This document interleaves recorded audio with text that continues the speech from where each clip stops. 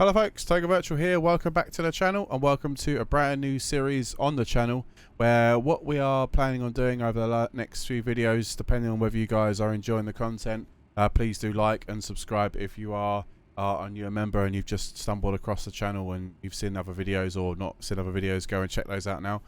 What we're going to be doing is taking a look at some of the sceneries that I have in my vast collection of sceneries of P3D version 5, and what we're going to try and do is give a honest opinion on performance, a value for money, how busy it is, how frequently you probably would fly in and out of it, etc., etc. In this review video. I haven't really seen anything else out there on YouTube. I quite like to see what other people have done and what the scenery looks like before I go and pick up a scenery. So I don't know whether you guys are the same, but I thought it might be an interesting mini series to see if people would be interested in, like, okay, that what sort of Heathrow looks like. That's an honest opinion from this guy. I'll go and pick that up and go and start spending money, because there's nothing worse than picking up a scenery or from Sim Market or from Morbex or wherever, and it doesn't turn out to be what is expected. I'd quite like to sort of see a scenery from someone else's point of view before picking it up. So hence why I've created this mini series. I hope you guys do like it. Like I did say at the top of the video, if you did like it, then obviously please do go and like and subscribe to the video, and let me know if there's any sceneries that you want me to review. I do have, like I say, during lockdown I did purchase a fairly hefty amount of sceneries, so I do have quite a large collection of them. So if there's any you want me to get, I don't mind picking them up and doing a review for you, just to give you sort of an honest opinion on those sceneries as well. Haven't got a problem with doing that, so just let me know. Let me know in the comments down below. Right, so let's get cracking then. So this is London Heathrow. This is the Aerosoft Mega London Heathrow Professional P3D, and you can pick this up on Sim Market for €34 or 28 Great British Pounds. Now, what platforms can you get this scenery? So this is obviously the P3D v5 version. Not only that, you can get it on the for X-Plane, and what I will do is I will post a link down into the video description of the Sim Market link, so you guys can click on that if you haven't got it. Probably what I would say is 99% of you do have London Heathrow. It's a very, very popular airport. It's a very busy airport. It's pretty much always manned on Vatsim. I don't think I've ever really seen London Heathrow unmanned on Vatsim at all. So it is an extremely busy airport. So majority of you flight simmers out there who are hopefully watching this video will have this version of Heathrow. I very much would expect you guys to have it. So we are logged in as on Vatsim today. I'm logged in as observer. I just wanted to sort of show you sort of how busy an airport is whilst on Vatsim. So this is currently live Vatsim right now. I am logged in as observer.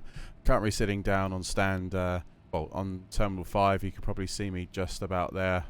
There I am. You see me sticking out like a sore thumb, because obviously the FLAI for the other aircraft is aren't so good.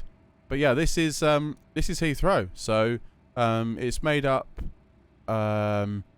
It's pretty well made up. Like I say, it's quite performance heavy. So I would say if you want to get it looking perfect, you're going to need quite a substantial PC for it to work. As expected, I do struggle with performance when I'm descending and departing from London Heathrow. Sometimes frames can dip as low as 9 FPS on arrival or on departure, especially if you're sort of taking off into sort of towards London itself. You can see over in the distance, I don't have the Orbex True Earth on, so obviously London City isn't looking as detailed as probably what it could be, but you can obviously see there's quite a lot to render in over in the distance, and obviously the scenery itself is extremely performance heavy. So please bear that in mind when you're picking the scenery up, is that you're most likely going to need either to turn your settings down or have a quite extremely hefty PC. I think a lot of people, what they do is have profiles in prepared for different circumstances or scenarios. So for example, I've definitely done this in the past, where I've actually had a like display settings or like P3D settings based on, okay, I'm flying into Heathrow, or I'm flying into Heathrow at night, or just a night specific settings based, so I can get the best out of my simulator as physically possibly can, because sometimes one shoe doesn't fit all. So just bear that in mind possibly. What else can I do?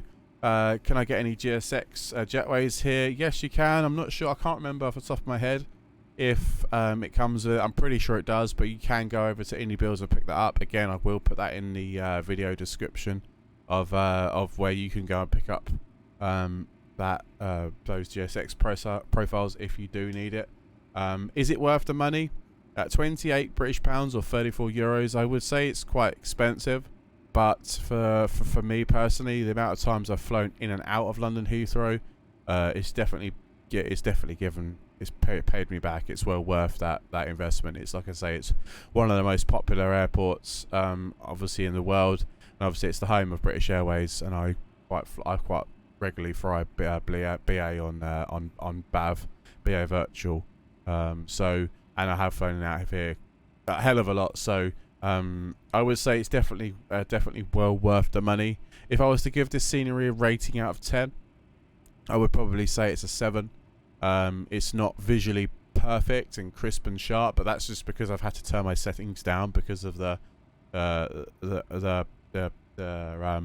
how complex it is and how heavy it is on performance and how much virtual RAM it's taking up. So right now, sitting down on the ground, just sitting here, I'm using 5.1 out of 7 of VRAM. You can see that in the top right hand corner of my screen. I'll zoom that in so you guys can see that. So it's pretty hefty on frames. I'm sitting here doing nothing. I am outside rendering a lot of things in, so I'm using quite a lot of VRAM. FPS wise, I have capped frames to 30 FPS in my sim, so I'm not getting any more than sort of 35 at a maximum. But like I said previously, it does regularly drop down to 9 or even 5 FPS on departure or arrival, which is not perfect. So hence why I'm giving it a 7 out of 10. It's not great. It could be better. There are way better sceneries out there in terms of performance and visual. But obviously I wanted to start with London Heathrow, being it's one of the most popular sceneries out there on both X-Plane and obviously P3D. So I hope you liked the video. If you have liked the video, then please do give me a big thumbs up. And like I said at the start of the video, these videos aren't going to be long, by the way. They're going to be 5-10 minutes maximum.